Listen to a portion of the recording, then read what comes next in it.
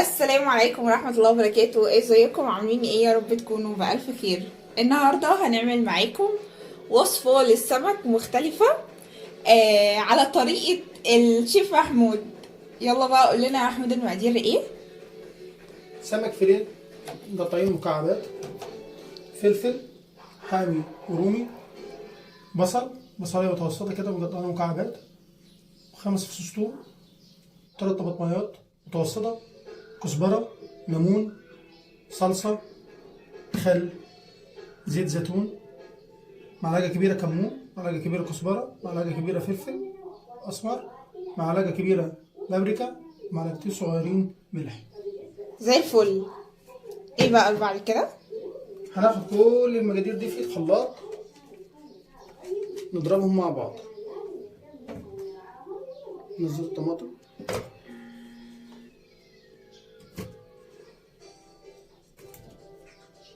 بس هي يعني الوصفة دي اللي هي تبقى مسبكة يعني ولا ايه؟ اه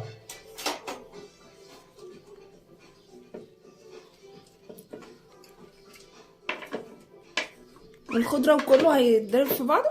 كله هيدوب في بعض. وبعدين ننزل الثوم، وبعدين البصل، وبعدين الفلفل، وبعدين التوابل، ومعاهم معلقة كبيرة صلصة،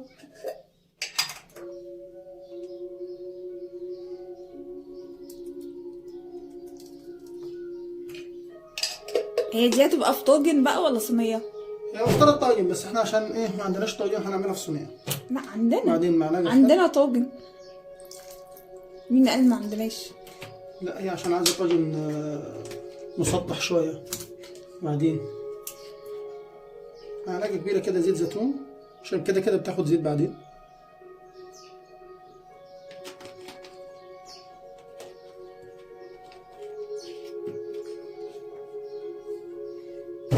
وعصرة الليمون.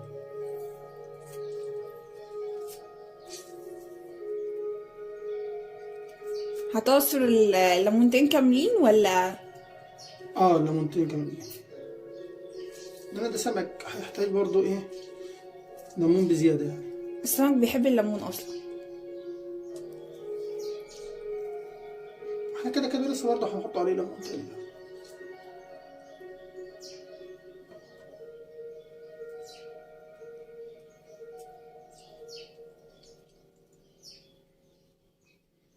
بس كل ده هيتضرب في الخلاط. يعني عايزه اقول لك ان ايه الاكله دي فكرتني بطاجن السمك اللي ماما كانت بتعملها. هتشم الريحة. تا تا تا تا. بعد كده هنحط مكعبات السمك في طاسة. جمدها بس ايه، ونحط عليهم بعدين الصوص.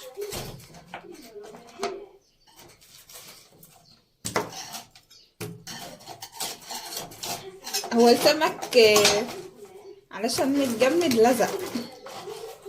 ده التلج اللي لازم.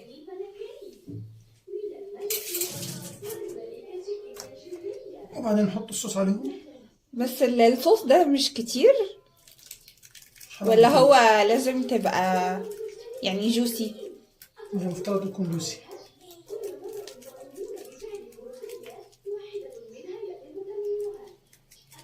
ريحه التتبيله تحفه.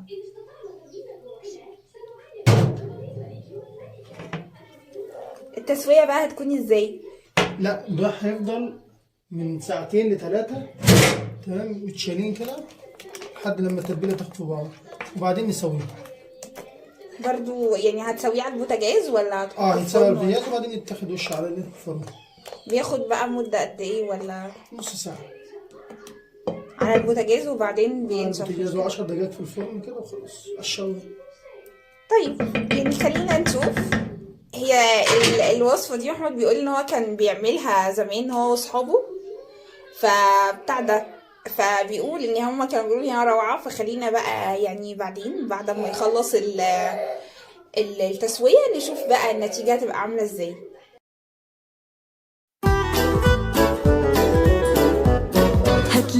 طريقك للأمان. لما هتفكر وتدور، كل ما هتبص لقدام هتخلي تركيبتك تتطور.